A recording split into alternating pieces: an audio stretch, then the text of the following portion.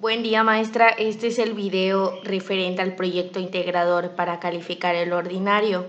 Mi equipo está conformado por Chu Concha Esther Abigail, Sosa Mares Wendy Noemí y su servidora Pereira Chablé Mercy Nacheli.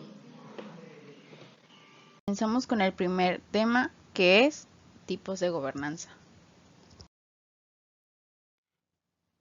Comenzaremos hablando sobre lo que es el crecimiento hacia afuera y el crecimiento hacia adentro. El primero se refiere acerca de un estado que exporta bienes de producción a sus habitantes y de esa manera hace que haya un alza de precios en el consumo interno, para que así enriquezca a los sectores exportadores y el sistema financiero privado. El crecimiento hacia adentro, lo que se quiere lograr con este modelo económico es que la economía tenga ventaja y también se pueda beneficiar. La idea de todo esto es reducir las importaciones y de esa manera sustituir el comercio exterior, o sea, ya no comprar de afuera, sino comprar local para que así el sistema financiero de nuestro país, el nacional, sea beneficiado. Ahora seguimos con el proteccionismo. El proteccionismo se refiere que es un intercambio de bienes y servicios que se realiza entre países y está sometido a aranceles u otras barreras comerciales. Para ser más específicos en este tema, esto quiere decir que favorece la producción nacional frente a la competencia extranjera, o sea, podría ser Estados Unidos, China, varios países. Y esto hace pagar impuestos por la importación de productos extranjeros y favorece a los nacionales con medidas especiales. La sustitución de importaciones.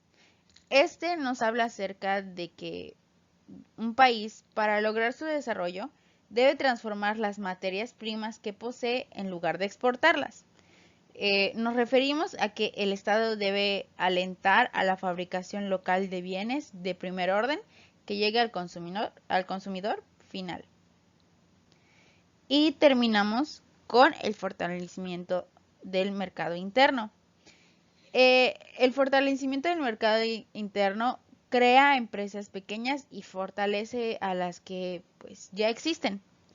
Las empresas pequeñas que logren crear empleos e ingresos para fortalecer el consumo, ese es el mecanismo clave. Un ejemplo sería que en estos momentos la economía del país tiene que fortalecerse.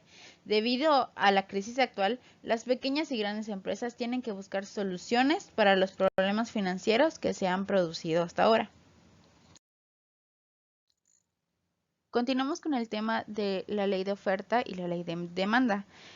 Este es un tema que ya hemos visto bastante y la verdad es que es un tema bastante fácil de comprender, pero que es muy importante el seguir aprendiendo de ella, pues la utilizamos de manera cotidiana. Primero, tenemos la ley de oferta. Bueno, pues la ley de oferta determina la cantidad de un bien o servicio que se ofrece a una persona. La persona que lo ofrece es la persona que lo vende o también llamado de otra forma, un productor.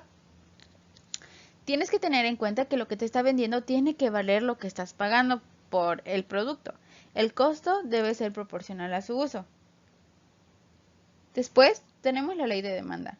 En este caso, la ley de demanda también el costo debe ser proporcional a su uso, pero los precios varían y tienes que ver el precio por el beneficio que te ofrece para poder tomar una buena decisión a la hora que realices tu compra y pues que valga la pena lo que estás pagando. Cuando el precio de un producto aumenta, la cantidad de demanda baja. Asimismo, cuando el precio del producto baja, la cantidad de demanda aumenta. Es por eso que en la ley de demanda debes tomar muy en cuenta lo que te están ofreciendo por su precio. Continuamos con los tipos de economía. Dentro de los tipos de economía tenemos el atraso, la dependencia, el crecimiento y el desarrollo. Primero tenemos el atraso. Podríamos tomar de ejemplo a nuestro país, México, que puede estar económicamente atrasado ya que sus habitantes hay mucha pobreza y mucha necesidad. Y cuando intentamos salir de ese atraso, muchas veces fracasamos en el esfuerzo hacia un crecimiento económico. Después tenemos la dependencia.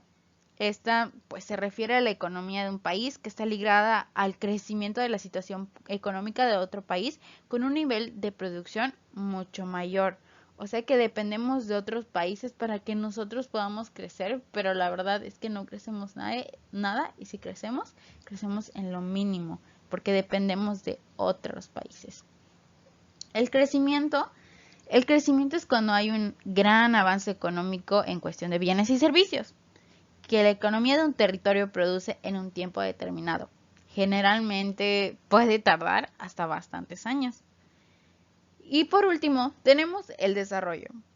El desarrollo podríamos decir que es una capacidad, es la capacidad de los ingresos de los países o regiones para crear riquezas a fin de mantener la prosperidad o bienestar económico y social de sus habitantes. Nosotros en México estamos en constante desarrollo ya que pues intentamos avanzar, aunque hay otros países muchísimo más desarrollados que nosotros.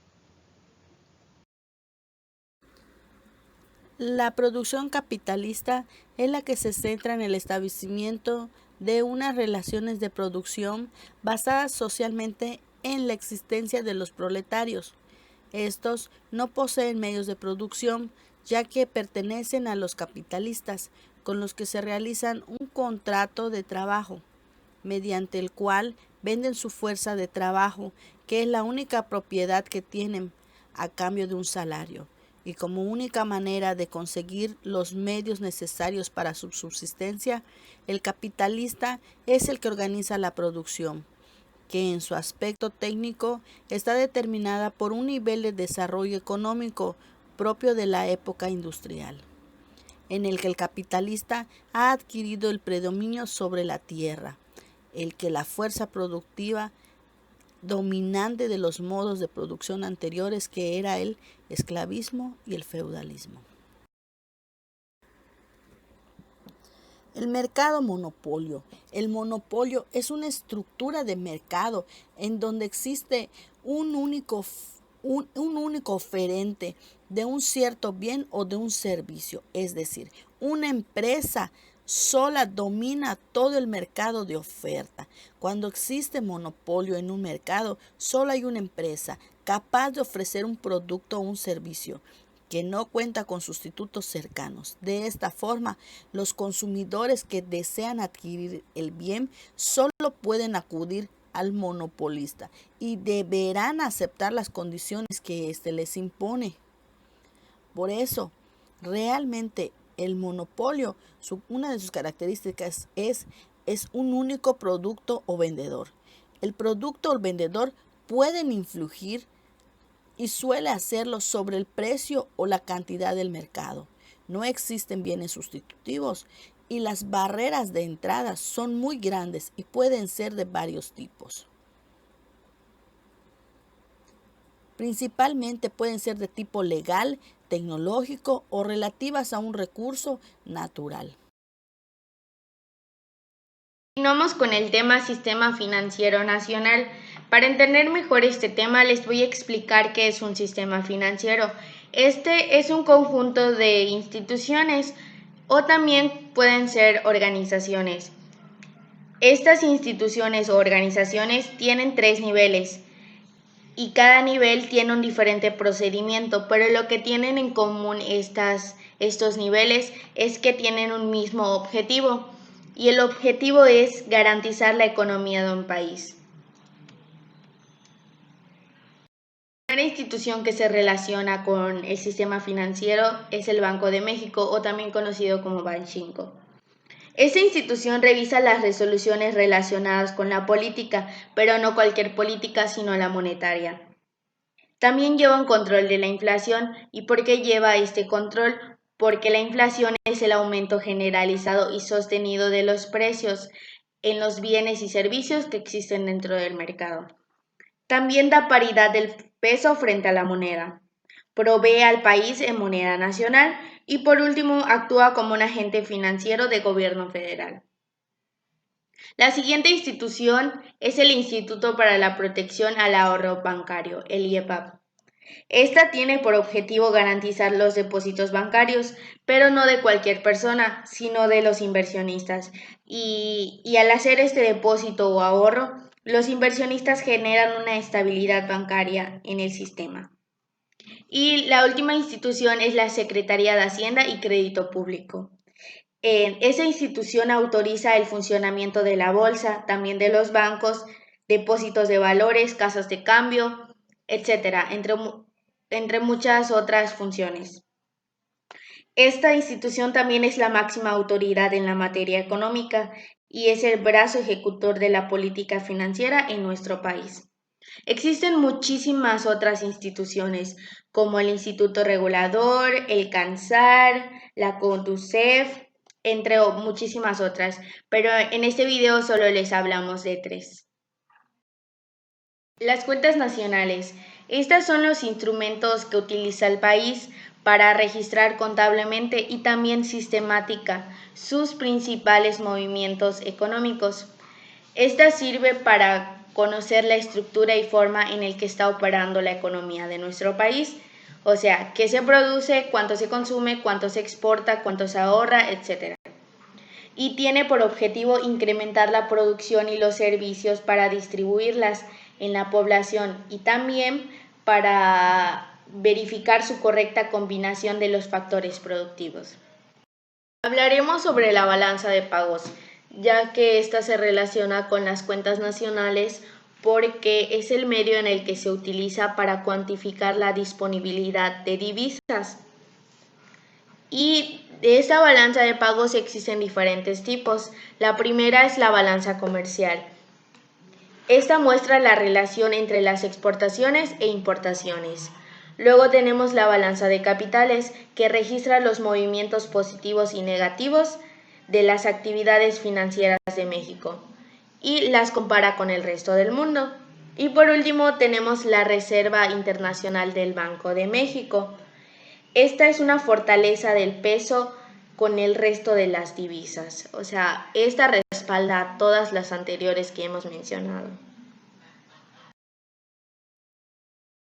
El último tema para concluir este video son los ciclos económicos.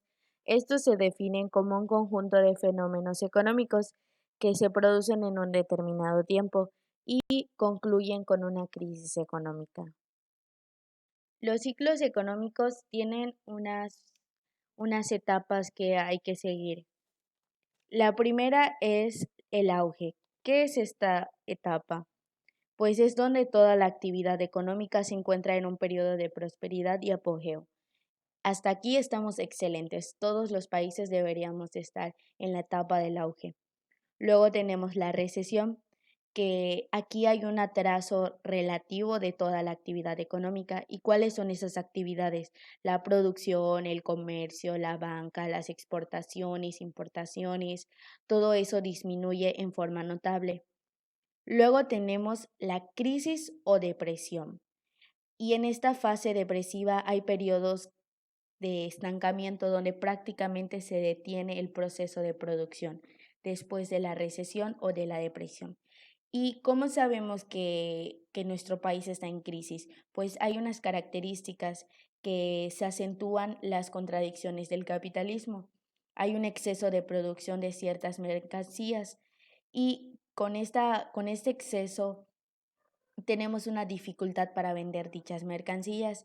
Muchas empresas quiebran y por lo general al quebrar las empresas se incrementa el desempleo y el subempleo. Y por último tenemos la recuperación. Esta fase del ciclo económico se caracteriza por una reanimación de todas las actividades económicas. Y para entender mejor este tema vamos a poner un ejemplo y escogimos a México. México actualmente está en recesión. ¿Por qué está en recesión? Porque por el COVID-19 la gente se queda en su casa, las empresas disminuyeron mucho a sus empleados para seguir las medidas sanitarias y ¿Qué contrajo esto? Una crisis económica. ¿Y qué políticas implementaríamos? Pues en mi equipo platicábamos que una política muy importante y que debería de utilizarse es dejar de importar y comprar producto nacional. O sea, a estos mexicanos, estas personas que se dedican y hacen producto que nosotros le compramos a Estados Unidos, a España, no es necesario cuando nosotros lo tenemos en el país. Y también tendríamos que apoyar a los negocios locales en lugar de comprarle a Bodega Aurrera, a Soriana, empresas que tienen otras sucursales que no necesitan de empleo. Dejar de comprarles y comprar en esos mini super, en esas fruterías locales donde esas personas viven al día con su negocio.